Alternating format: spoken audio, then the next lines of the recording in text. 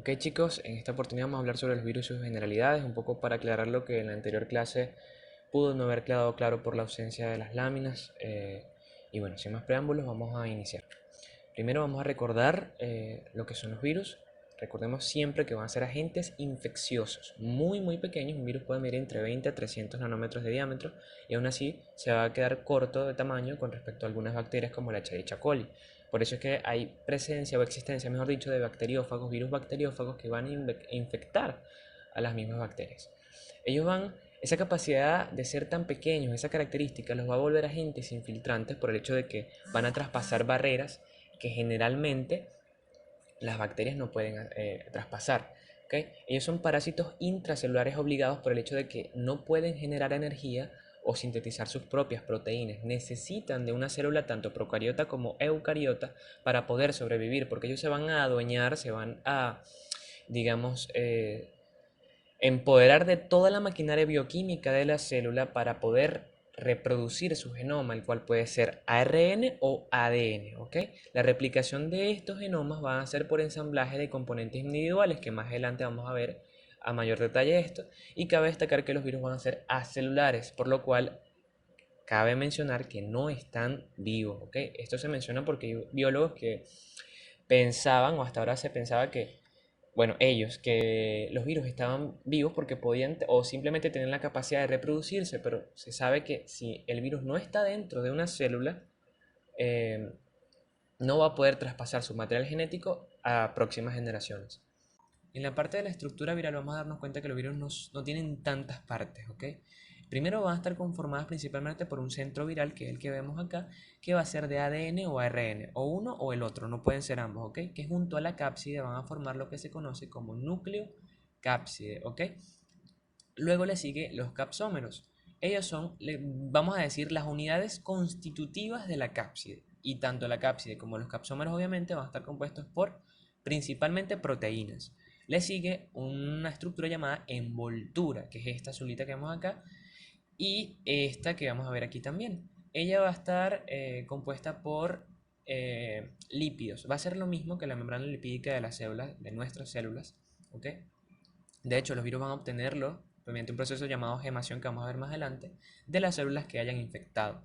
También van a tener otras estructuras, algunos virus, no todos, que van a ser estas espículas de glucoproteínas, también llamados peplómeros, que vemos acá, que van a facilitar el grado o rango de infección del virus y va a permitirle a este identificar células diana con mayor facilidad. Células dianas las que tiene las células por preferencia que tenga el virus para infectar, ¿ok? Hay un concepto muy importante que tenemos que tener claro, que va a ser virus con cápside desnuda o virus con envoltura. Ellos van a tener características mmm, diferentes que vamos a ver en la siguiente lámina, pero vean, quiero que se enfoquen aquí que eso, cuando les digan un virus con cápside desnuda, es básicamente que la nucleocápside está al descubierto, no posee envoltura y se ve de esta forma. Cuando el virus tiene una envoltura de membrana lipídica, se va a ver así. La nucleocápside va a estar rodeada por esta envoltura y la nucleocápside va a estar precisamente en el centro, ¿ok? Ok chicos, estas láminas se las coloqué con estos recuadros para que ustedes puedan apreciar. Esto es más que todo para que lo lean, lo analicen y comprendan las principales diferencias que hay entre los virus con cápside desnuda y los virus que tienen envoltura, ¿ok? Que su cápside va a estar recubierta por una membrana lipídica. A ellos se le van a atribuir propiedades diferentes. En el caso de los virus con envoltura van a ser más susceptibles o sensibles a compuestos como por ejemplo el ácido, a elementos como el ácido, el calor, la desecación o los detergentes. Y que a diferencia de los virus con cápside desnuda, ellos sí van a ser más estables o resistentes ante estos mismos compuestos.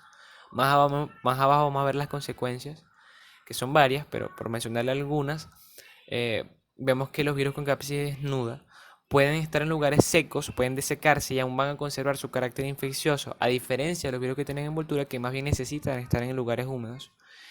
Por poner una aplicabilidad de esto, sabemos que cuando nos dicen que tenemos que, para prevenir el COVID-19, lavarnos las manos con frecuencia con agua y con jabón o desinfectar superficies con alcohol u otro detergente, es precisamente porque el SARS-CoV-2, que es el produce esta enfermedad, es un virus con envoltura, ¿okay? Tiene una membrana lipídica que lo recubre y al exponer esa membrana contra estos componentes que ya mencionamos, contra estos compuestos, eh, vamos a causar la lisis de la partícula viral. En la parte inmunológica hay que destacar que y no se les puede olvidar, los interferones son los principales elementos inmunológicos que nos van a proteger contra infecciones de carácter viral. ¿Ok? Vemos que los virus con cápside desnuda, los anticuerpos en estos casos contra este tipo de infecciones por estos virus van a ser suficientes para la inmunoprotección. A diferencia de los virus con envoltura, la inmunopatogenia causada por la infección de estos virus va a caracterizarse por dos cosas, por la causar hipersensibilidad y reacciones inflamatorias generalizadas, ¿ok?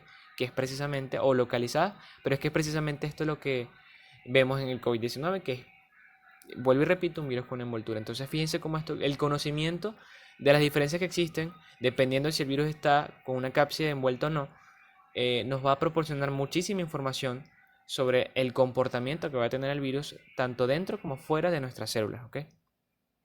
Adelante vamos a ver otro punto muy importante y es precisamente la simetría geométrica. En los libros, en la literatura, siempre aparecen las primeras tres, ¿ok? Yo agregué esta cuarta y ahorita vamos a ver por qué.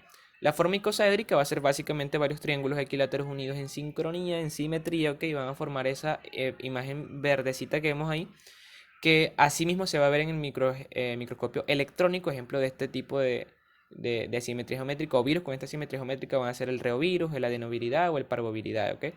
En la forma helicoidal va a ser básicamente que el ácido nucleico, fíjense cómo se enrolla sobre su propio eje.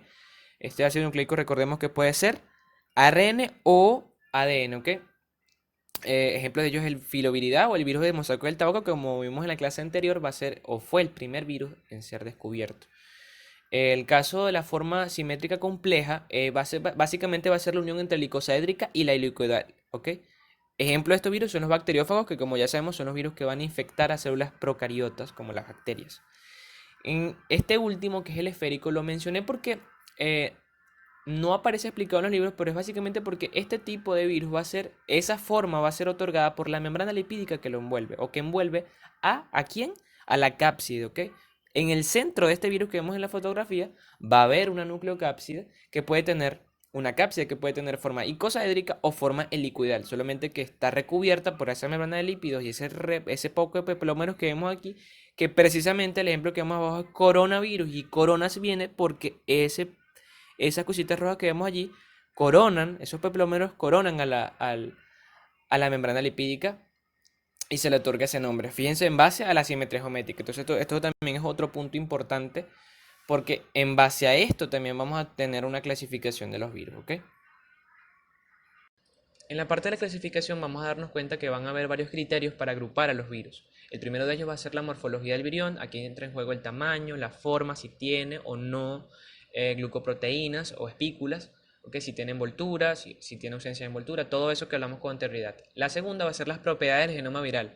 Los virus que tienen ARN van a ser llamados ribovirus, ¿ok? Y los que tienen ácido desoxirribonucleico o ADN van a ser desoxirribovirus.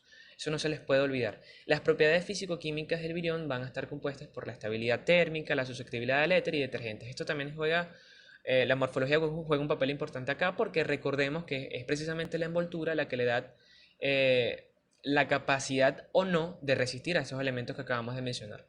Las propiedades de las proteínas virales, aquí entra en juego el número, el tamaño y la actividad funcional. Recordemos que los virus van a poder, algunos, tener la presencia de determinadas proteínas, como por ejemplo la transcriptasa inversa, que va a funcionar en el apartado de la replicación, que más adelante vamos a ver.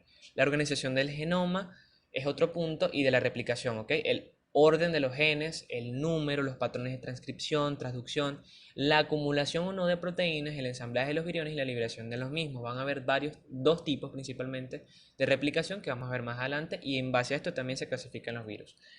Esta, que es la última que dice en esta lámina, que es propiedad biológica, vamos a ver en la siguiente, que es un poco más extensa, y nos damos cuenta que acá se van a extender una serie de clasificaciones o parámetros. Primero va a ser la enfermedad, según la enfermedad que produzca el virus, como por ejemplo el caso de la hepatitis, o sea, en qué órgano lo produce, y es donde entra en juego también esto, las células que infectan, o también llamado tropismo tisular, o sea, las células por las cuales tenga afinidad el virus, ¿ok? Van a ver los linfotrópicos, que van a infectar a los linfocitos, como por ejemplo el VIH. Los dermotrópicos van a infectar mayormente las células de la piel, como por ejemplo el sarampión, que es el que vemos la imagen de allá abajo, en la esquina inferior derecha. Vamos a tener los neurotrópicos que van a infectar a las células nerviosas del cuerpo, como por ejemplo la poliomielitis. En ese caso que vemos acá, la imagen de arriba, es un niño, son unos niños infectados por el virus. Esta es la manifestación clínica, una de las manifestaciones clínicas más graves del mismo, ¿ok? Los viscerotrópicos van a afectar a algunas vísceras, como por ejemplo en el caso del hígado con la hepatitis. Los neumotrópicos van a infectar a los pulmones, a las células pulmonares, como por ejemplo el caso del virus sincicial respiratorio. Los pantotrópicos van a atacar, quiero que se recuerden esa palabra, sincicial, de sincitio. Los pantotrópicos van a atacar las células, a diferentes células del cuerpo, ¿ok? No va a tener, digamos, especificidad por un solo tipo, sino que va a causar al mismo tiempo, como ataca varias células, varias manifestaciones clínicas, como por ejemplo el caso del virus del Epstein-Barr. Otro parámetro van a ser los modos de transmisión del virus. Va a poder ser a través de vías aéreas o de forma entérica, ¿ok? A través de las heces o a través de gotículas de saliva. Y el vector, ¿ok? Que transmite este virus puede ser transmitido por artrópodos, por ejemplo en el caso del arbovirus, o por nosotros los mismos los humanos. El rango natural del hospedador va a referirse a la cantidad de seres vivos que este virus pueda infectar, ¿ok? Hay virus que solamente pueden infectar humanos, hay virus que solamente pueden infectar animales, ¿ok? Esto que puse aquí abajo que se llama picornavirus es un ejemplo, lo puse aquí para que puedan ver, o es un adelanto de la lámina siguiente, que el nombre de un virus va a darnos mucha o poca información de lo que en él hay. En caso de picus, por ejemplo, de pico, viene de la palabra pequeño, ¿ok? RNA va a llamarse o está presente porque ese virus tiene ácido ribonucleico, ¿ok? Entonces, el último que está allá, que es retrovirus, va a ser porque su tipo de replicación va a ser especial. Y más adelante vamos a ver el por qué. La clasificación ICTV es bastante larga, esas siglas significan Comité Internacional de Taxonomía de Virus. No quiero enfocarme demasiado, entrar de lleno en esto, pero lo que quiero que vean aquí es que los virus van a tener diferentes formas de taxón, por orden, por familia, por subfamilia, por género, por especie. La familia, por ejemplo, tiene la terminación viridae y eso lo vamos a ver a menudo. Por ejemplo, en el ejemplo que tenemos aquí a la derecha, vamos a ver que en el caso del virus del herpes, fíjense como familia termina en viridae y esto coincide con las terminaciones que están acá. En esta lámina que vamos a ver aquí a continuación, vamos a darnos cuenta de todo, de que la mayoría de las bases que usamos para clasificarlos están en este cuadro, ¿ok? Si el virus está envuelto o no, qué tipo de ácido nucleico tiene, etcétera, si es resistente a esto, al éter. En el caso de la familia es lo que estamos hablando de la taxonomía. Fíjense que hay varios prefijos y estos están acá. Reo, virna, calice, picorna. En el caso, por ejemplo, del coronavirus, cuando ustedes le digan no, que el coronavirus no es un solo tipo de virus, es una familia de virus que se va a subdividir en subfamilias, ¿ok? Entonces, y recordando que ellos están agrupados todos estos por una serie de características. Entonces, por ejemplo, en el caso del Hepatnaviridae, hay un tipo de virus que infecta solamente a mamíferos y otro que infecta solamente a aves. Esas son subfamilias, pero se sabe como en líneas generales que la familia de Hepatnaviridae va a causar hepatitis. Vamos a ver ahora la replicación viral. Cabe destacar que este ciclo que estamos viendo va a ser lítico. ¿Por qué? Porque va a culminar en la lisis de la célula que esté infectando el virus, ¿ok? En la fase de incubación, el virus va a estar buscando su célula diana, aquella célula por la cual él tenga preferencia. Eso lo que llamamos tropismo, ¿ok? Una vez que la encuentre, se va a unir a esta y esta va a ser la primera fase de la replicación. La segunda va a ser la penetración, que puede ser por endocitosis o por penetración directa, que es la que estamos viendo en pantalla. Tercer lugar va a ser la eliminación de la cápsida. ¿Para qué se pierde? ¿Para qué el virus necesita eliminar la cápsida? Esto básicamente eh, hay que recordar que va a ocurrir de forma, digamos, simultánea o un poco después que ocurre la penetración, que es el segundo paso, y lo que va a ocurrir es que va a haber una separación física del ácido nucleico del virus de los componentes estructurales externos del mismo. O sea, recordemos que la cápside va a rodear el genoma. Entonces, en esta fase puede eliminarse la cápside y liberar el ADN o el ARN del virus, ¿ok? Esto para que éste pueda cumplir su función dentro de la célula, que es la replicación. Ahora, el genoma, recordemos que puede liberarse eh, en dos formas. En ácido nucleico libre, como por ejemplo el picornavirus, o con la propia nucleocápside, que es más que todo cuando se hace la endocitosis, ¿ok? Que está allí en la penetración. En el caso cuando se introduce adentro de la célula con la nucleocápside, por ejemplo, puede ser el reovirus, ¿ok?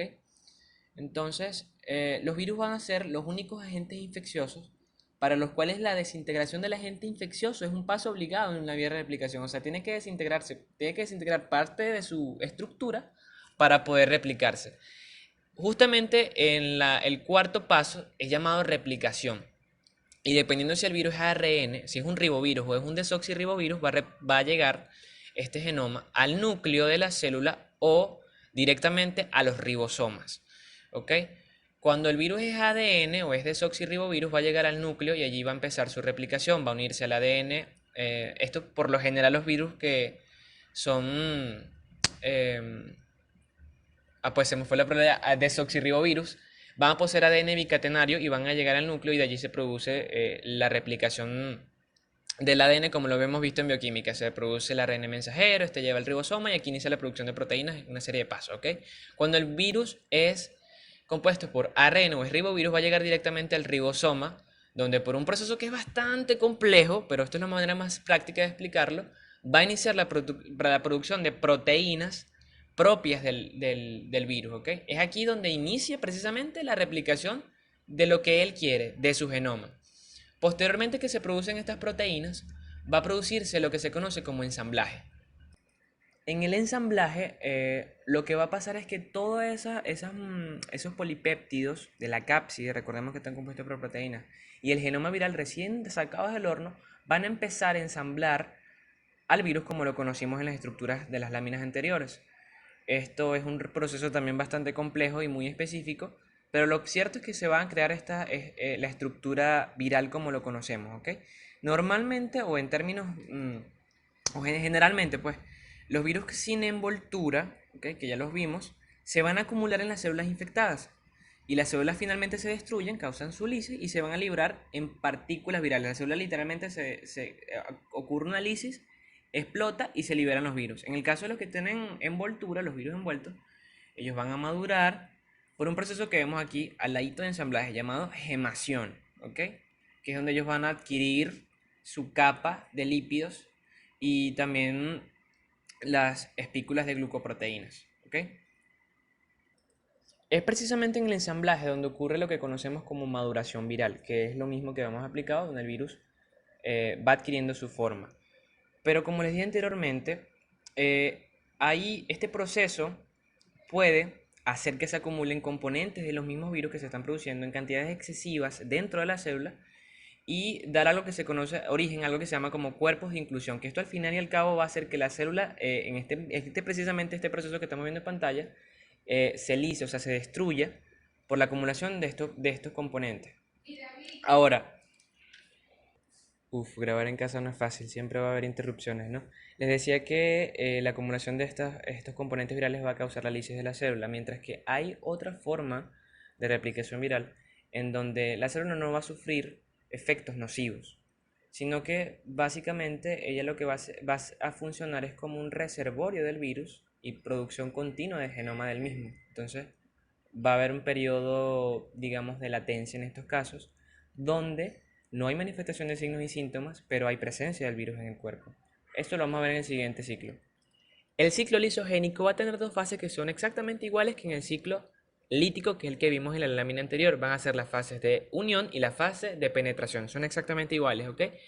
Va a haber aquí en este ciclo una fase adicional que va a ser, y no lo olviden, fase eclipse, que es durante la cual el ADN, que por lo general tiene que ser bicatenario del virus, va a combinarse con el ADN, obviamente en el núcleo celular, de la célula huésped, que puede ser procariota o eucariota. Por eso es que en este ciclo ven genoma bacteriano allí en el virus, perdón, dibujo de abajo, porque después que ocurre la fase de eclipse va a generarse un tipo de virus especial llamado prófago, que va a ser básicamente un virus atenuado o inactivo, ¿ok? Va a usar la célula para reproducir un genoma adulterado, ¿ok?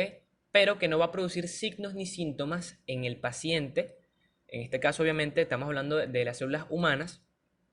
No va a haber manifestación de enfermedad, pero el virus va a estar presente allí, lo que va a generar algo que se conoce como latencia vírica. Durante la latencia puede detectarse el ácido nucleico viral, pero el virus infectivo no es demostrable. ¿Por qué? Porque por lo mismo no va a haber presencia de las manifestaciones clínicas que normalmente el virus causara si estuviese activo. Ejemplos de ellos, por ejemplo, es el VIH o el herpes. No es lo mismo ser VIH positivo que tener SIDA. En el caso, por ejemplo, del herpes, no sé si tú has escuchado la culebrilla, que eso es un mal dejo que le echan a la gente, que es una enfermedad del diablo, que no sé qué. Nada de eso. Eso es un virus que cuando uno le da varicela, el virus va a permanecer inactivo porque precisamente hace este ciclo lisogénico. El virus está presente en nuestro cuerpo, pero no se ha manifestado. Ahora, ¿qué causa la activación? ¿Qué hace que el virus se manifieste? Pues se dé a relucir, diga aquí estoy.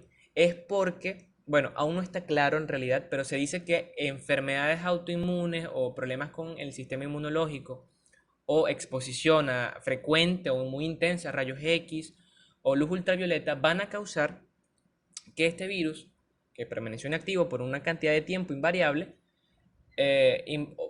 mejor dicho, variable, porque depende de la persona, el virus se active, ¿ok?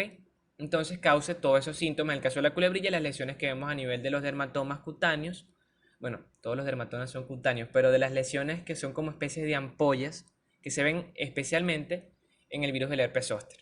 Entonces, eso es lo que quería quedar claro en esta lámina que estuvo ausente en la clase anterior. Eso que vemos aquí a la derecha va a ser el proceso de gemación.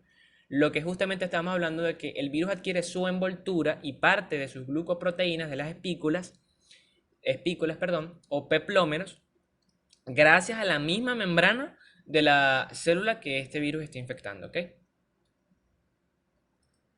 En el caso de la patogenia viral vamos a algo muy particular, que es que tenemos también una triada al igual que medicina preventiva, pero en este caso va a ser entre el hospedero, el virus y el medio ambiente y obviamente el vector que transmitirá este virus. Célula, individuo, comunidad. En el caso del virus va a jugar un papel importante la estabilidad de las partículas, de sus partículas en el medio ambiente, y esto tiene que ver justamente con lo que hemos hablado sobre su estructura, si la nucleocápsida está descubierta o está desnuda. El número de partículas infecciosas es lo que vamos a denominar carga viral. Esto es algo muy importante porque dependiendo de la cantidad de virus a la que tú te expongas, mayor probabilidades hay de que el desarrollo de tu infección, de tu enfermedad sea peor o no tan grave, ¿ok? De hecho, se sabe ahorita, en la actualidad, que a mayor partículas de coronavirus, de COVID-19 que se aspiren, mayores probabilidades hay de desarrollar posibles complicaciones en el desarrollo de la enfermedad. Igual hay otros virus como por ejemplo el, el rotavirus, que es un virus que se transmite a través de la materia fecal, ¿ok? Entonces hay mayores probabilidades de transmisión por un mayor elevado número de viriones, ¿ok? Entonces eso es un factor muy importante a tener en cuenta. Otro es la disponibilidad de vectores transmisores y el medio ambiente o el ambiente apropiado. Esto es lo que relacionenlo siempre con lo que, por ejemplo, nos dicen de que no podemos estar en lugares donde haya muchas personas, donde haya hacinamiento y donde haya poca ventilación.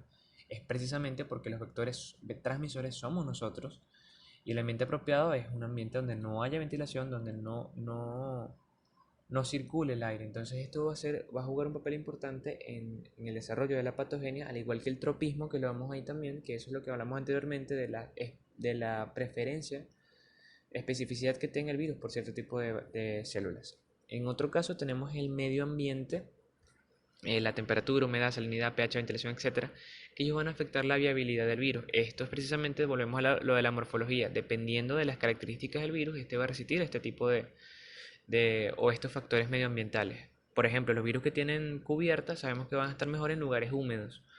Entonces, eso hay que irlo conociendo. En el caso del hospedero, que somos nosotros, nuestras células, los factores innatos como por ejemplo el estado de nutrición o el estado inmune va a jugar un papel importante en la capacidad de desarrollar una respuesta inmune contra la infección viral. Si tenemos un sistema inmune deficiente, tenemos alguna enfermedad por ejemplo, o estamos malnutridos, vamos a tener obviamente una menor capacidad de luchar contra la infección o de contraerla, ¿ok?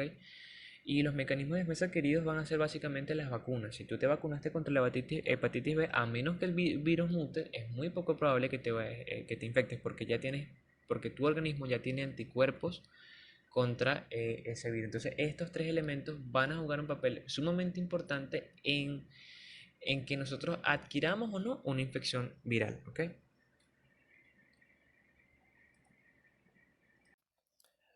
Aquí vamos a ver, chicos, qué tipo de daño sufre la célula por la infección de un virus, lo que vamos a conocer como efecto citopático, ¿ok? Dentro de los principales tenemos la lisis celular, que no va a ser más que la producción y o acumulación de proteínas virales dentro de la célula, lo que me va a generar una inhibición de los procesos celulares normales. Esto me lleva a una lisis celular y esto hace que se liberen los viriones hacia el exterior de la célula. Esto lo vamos a relacionar, nunca se les olvide, con el ciclo lítico, porque es precisamente lo que ocurre allí. Lo que ya sabemos es que va a ser por una producción y acumulación de proteínas dentro de la célula, ¿ok? En el caso de la fusión celular, vamos a ver que hay virus que tienen la capacidad de hacer que las células del tejido que estén infectando se unan. Esas membranas celulares de esas células se unen y creen células multinucleadas, que es lo que vemos en la imagen de la derecha. Fíjense en la imagen que está aquí, en esta última célula hay varios puntitos morados, ¿los ven? Bueno, esos puntitos morados son los núcleos y esta es la célula. Esto es una célula multinucleada, que es lo mismo que decir sincitios. Por eso es que en la láminas anterior les dije que no olvidaran la palabra sincitial, de virus sincitial respiratorio, porque este virus, al igual que los que ven en pantalla al ladito, son o tienen esta capacidad de producir este efecto citopático. En el caso de la expresión de proteínas y antígenos, vamos a ver que virus que tienen la capacidad también de anclar glicoproteínas que están en su envoltura a las membranas de las células que estén infectando. Esta manera de identificarlas, de marcarlas, de hacer más fácil su identificación durante el proceso viral. ¿Ok? En los cambios morfológicos vamos a ver que van a haber una modificación del citoesqueleto. Toda la estructura interna de la célula puede ser modificada, como por ejemplo en el caso del redondamiento, o más específicos pueden ser la pérdida de cilios de las células respiratorias, van a ser causadas por muchos virus que tengan preferencia o tropismo por células a nivel de los pulmones. ¿Ok? En el caso de las alteraciones cromosómicas, vamos a ver que van a haber varias: ruptura, fragmentación, reordenamiento y o alteración del cromosoma de la célula que se está infectando. Aquí cabe destacar que hay que agregar la integración del material genético vírico con el genoma de la célula que se está infectando. ¿Y a qué le suena esto? A ciclo lisogénico. Esto es lo que va a suceder precisamente en este ciclo y ya sabemos lo que ocurre a partir de allí. No se le olvide latencia vírica. En el caso de la proliferación celular, vamos a ver que hay virus que tienen la capacidad de inducir a la célula de que produzca ADN en exceso, lo que me va a generar una hiperplasia o una hiperplasia. Como el caso del virus papiloma humano, fíjense en la imagen de abajo, esas lesiones a nivel cutáneo son generadas por este tipo de patogenicidad o de efecto citopático. Entonces, si les preguntan, miren, ¿por qué el virus papiloma humano crea este tipo de lesiones? Bueno, ya sabemos por qué es. En el caso de la transformación celular, vamos a ver que hay virus que tienen la capacidad de también integrar su ácido nucleico, que por lo general es de ADN, ¿ok? Y al genoma de la célula que se está infectando. Y va a generar una especie de células transformadas con un comportamiento tumoral, ¿ok? Que es lo que vamos a llamar virus oncogénicos. Como por ejemplo el virus de la hepatitis B, que a pesar de que en la actualidad no se ha logrado comprobar o no se ha logrado identificar al 100% o exactamente cuáles son los mecanismos usados por el virus durante la infección para generar este tipo de lesiones cancerígenas, sí se ha relacionado, por ejemplo, el virus de la hepatitis B durante o después de la infección con un cáncer, ¿ok? Hay aparición de cáncer. Entonces, eh, es un punto importante a considerar. Estos son los, como dije, principales efectos citopáticos. ¿Cómo los vamos a saber? ¿Cómo uno sabe que ocurren estos efectos? Mediante, y eso lo vamos a ver en la lámina siguiente, un cultivo celular, ¿ok? De esta forma podemos saber, y bueno, algunos de ellos, pero en el caso, por ejemplo, de las hiperplasias, vemos aquí en esta parte externa, a nivel cutáneo, se puede identificar fácilmente, ¿ok? Con clínica. La parte del diagnóstico virológico es uno de los aspectos más importantes, ¿ok? El primero de ellos es el cultivo celular, que a pesar de que no es de uso muy común, no es como que estemos en un hospital o en un ambulatorio y mandemos a hacer un cultivo de un virus, más sin embargo, nos va a servir básicamente para identificar los cambios morfológicos que este virus haga en la célula, ¿ok? Se aísla el virus, se coloca, es un procedimiento es mucho más complejo que el de las bacterias, más sin embargo, es el objetivo principal, observar qué daño citopático causa en la célula, ¿ok? La serología vírica vamos a tener que, van a haber detección de anticuerpos de tipo inmunoglobulina M principalmente, y agregué la G porque actualmente se hace o se usa en combinación estos dos anticuerpos para detectar la presencia o, digamos, fase en la que esté la enfermedad del COVID-19. Ahora, vamos a ver cómo es que funciona esto. Si por ejemplo la inmunoglobulina M está negativa y la G están negativas, probablemente no es el 100% eh, digamos, confiable de que no haya una infección en la persona. ¿Por qué? Porque recordemos que hay personas que tienen problemas inmunológicos y de repente los anticuerpos no reaccionan de la forma en que deberían y van a salir negativos, pero por lo general nos indica que no hay presencia de infección. ¿Ok? Esto en el caso, recordemos que estamos hablando del COVID-19 como, repito, ejemplificación del uso de estos anticuerpos. Si, por ejemplo, por el contrario, sale la inmunoglobulina M positiva y la G negativa, vamos a decir que la infección pudiese estar en un estadio temprano. Y esto es porque la inmunoglobulina M es la que primero se va a activar dentro de las primeras semanas de la infección, ¿ok? Si la M está positiva y la G también, nos va a decir indudablemente que la infección está en curso. Estamos como que dice en medio de la tormenta y aquí tanto en tanto en el estado temprano como en la enfermedad de evolución, en ambas va a ser contagioso, ¿ok? Entonces, M y G positiva, enfermedad en evolución. Si la M está negativa y la G positiva, vamos a asumir que la infección ya pasó, que el paciente o se acaba de curar o que ya o fue un paciente sintomático y bueno, pasó la infección, ¿ok? Y la G, fíjense que es el contrario, la M está negativa y la G positiva porque esta última se activa cuando eh, ya la infección ha pasado. Cabe destacar que la M, ¿ok? La inmunoglobulina M, si queremos ser específicos para un tipo de virus, ¿ok? Perdón, se me cayó el micrófono aquí. Como decía, hay que especificar el tipo de inmunoglobulina M porque hay específicas para ciertos tipos de virus.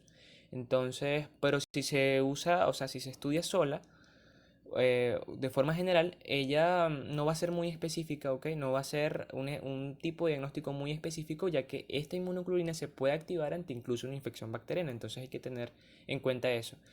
Cuando son específicas, por ejemplo, vamos a tener el caso del dengue, que va a ser el estudio de Mac-ELISA. Es un estudio específico para este tipo de enfermedad. Esto va a ser el acrónimo de ensayo de inmunoabsorción enzimática para la detección de anticuerpos inmunoglobulina M, que básicamente lo que va a hacer es que em, va a hacer una detección cualitativa de anticuerpos inmunoglobulina M, ¿ok? Específicas contra el virus del dengue. Entonces, en el caso de la hepatitis B, está el HBsAg, ¿ok? Y esto lo que va a hacer básicamente es detectar, esto se usa con otros dos métodos de estudio más, dos estudios serológicos más de anticuerpos, para detectar si hay o no la presencia del virus de la hepatitis B. Recuerden que estas siglas HBsAg indican antígeno de superficie de la hepatitis B, ¿ok? Entonces, esto los menciono solo como ejemplificación, no tienen que aprendérselo porque en el momento que estudiemos los virus, vamos a verlos, ¿ok? Sin embargo, es como para que vean una ejemplificación de cómo podemos obtener información de si hay o no presencia de un virus en el organismo a través de serología, ¿ok? Serología vírica. En el caso de queramos detectar directamente, estudiar directamente el virus, lo que podemos hacer es una detección de material genético vírico, o lo que hemos conocido mucho este año, que es el PCR, que es reacción en cadena de polimerasa. Básicamente, no sé si, bueno, claro que han visto el estudio, el hisopado nasofaríngeo que se hace, se extrae mucosa y allí está, hay presencia del virus, ¿ok? El caso del SARS-CoV-2. Y lo que se hace es que a partir de digamos, un ADN molde, una pequeña partícula de ADN, se amplifica, de ADN o de ARN, esta se va a amplificar como ven en la foto, y se lee la estructura genética del virus y tú dices, mira, este tipo por el orden que está aquí, por el estudio, es este tipo de virus, ¿ok? Por ejemplo, el caso del SARS-CoV-2 se descubrió en enero, en China se evaluó pues la estructura genética del SARS-CoV-2 y a partir de allí los laboratorios del mundo dicen, mira, según este orden es el COVID-19, es el SARS-CoV-2, ¿ok? Igual para los demás virus, esta prueba se ha adoptado porque es entre comillas económica y, repito, entre comillas también rápida, porque en 72 horas en el caso para la detección por COVID-19, eh, es generalmente ese lapso de tiempo, pero puede tardar un poco más dependiendo del virus porque hay que estandarizar este tipo de estudio para ciertos tipos de virus, ¿ok? Pero por lo general, tarda ese lapso de tiempo. Entonces hay más tipos de métodos de diagnóstico virológico, pero estos son uno de los más usados y es una ejemplificación. Entonces, obviamente la clínica no puede quedar atrás. Sabemos que la hepatitis B, todos los tipos de hepatitis van a causarnos signos y síntomas. Ictericia, por ejemplo, y sabemos que puede estar relacionado con este virus. Y bueno, ya pare de contar todo lo que se puede hacer a nivel clínico para evaluar la existencia o ausencia de un virus en el organismo. De resto, bueno, esto último que les coloqué acá, que es un link que básicamente es una página donde tú puedes leer que no todo lo relacionado con los virus va a ser malo, porque si fuese así viviéramos en una eterna guerra biológica, imagínense cada ratico con una enfermedad, una cosa, pero no, hay virus que incluso se han utilizado para terapias contra el cáncer, entonces está bien interesante y bueno, esto fue más que todo para aclarar lo que en la clase pasada pudo haber quedado em, sin aclarar completamente y bueno, eso es todo.